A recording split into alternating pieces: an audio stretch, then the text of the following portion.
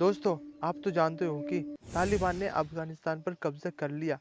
तालिबान से इतना बड़ा क्षेत्रफल वाला देश अफगानिस्तान पर किस तरह कब्जा हो गया, आइए जानते हैं। तो बने रहे वीडियो के अंत तक। अफगानिस्तान पर कब्जा कैसे हुआ?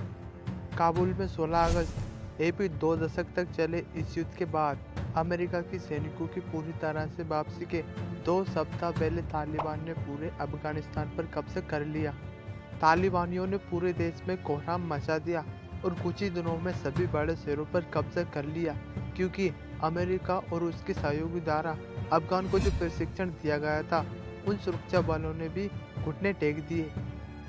तालिबान का 1990 के दशक के अंत में देश पर कब्जा था और एक बार अब फिर से उसका कब्जा हो गया। शुरुआती तौर में अमेरिका में 11 सितंबर 2001 को हुए भीषण हमलों के बाद वॉशिंगटन ने ओसामा बिन लादेन और उसे शरण देने वाले तालिबान को सबक सिखाने के लिए धावा बोला और विद्रोहियों को सत्ता से हटा दिया। बाद में अमेरिका ने पाकिस्तान के एबटाबाद में ओसामा बिन लादेन को भी मार गिराया। अमेरिकी सैनिकों की अब वापसी शुरू होने के बाद तालिबान ने देश में फिर से अपना प्रभाव बढ़ाना शुरू कर दिया और कुछ ही दिनों में पूरे देश पर कब्जा कर पश्चिम समर्थित अफगान सरकार को घुटने टेकने के लिए मजबूर कर दिया। पहले से ही तालिबान की गुलामी देख चुके अफगानिस्तान के लोग खुद को असुरक्षित महसूस कर रहे हैं। काबुल हवाई अड्डे पर देश छोड़ने के लिए उमड़ रही भारी भीड़ से ये बिल्कुल साफ हो जाता है कि लोग किस हद तक तालिबान से डरे हुए हैं। लोगों को पहले से ही 1996 से 2001 तक तालिबान द्वारा की गई गुलामी की बुरी यादें डरा रही है।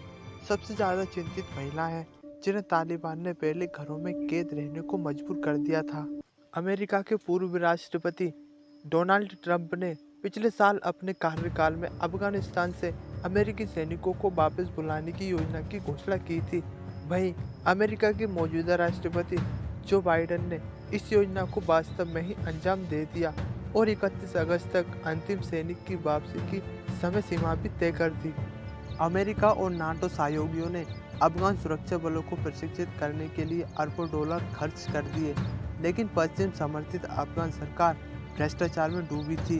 अफगान कमांडरों ने संसाधनों में हेरफेर करने के लिए सैनिकों की संख्या बढ़ा चढ़ाकर दिखाई और जब युद्ध की नौबत आई तो सैनिकों के पास गोला बारूद और खाने पीने तक की चीज़ों की कमी हो गई। नतीजा उनकी हार के रूप में निकला। रविवार को तालिबान काबुल में भी घुस गया और इस बीच राष्ट्रपति अशरफ गनी के देश से भाग जाने की खबर भी आई। देश की जनता को निराश करने के लिए काफ़ी था। महिलाएं, पुरुष और बच्चे सभी डरे हुए हैं और वे यही सोच रहे हैं कि आगे क्या होगा।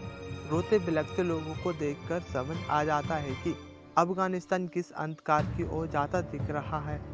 इतना ही नहीं दोस्तों, तालिबान पर भरोसा नहीं किया जा सकता।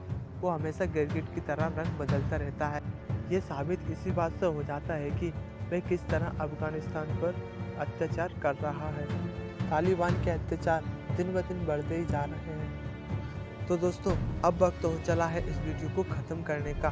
तालिबान और अफगानिस्तान में आपके क्या विचार है, कमेंट करके बताएं और हमारे चैनल को सब्सक्राइब करके बगल वाला बेल आइकन भी दबा लें। तो फिर मिलेंगे अगले वीडियो में। जब तक के लिए धन्यवाद।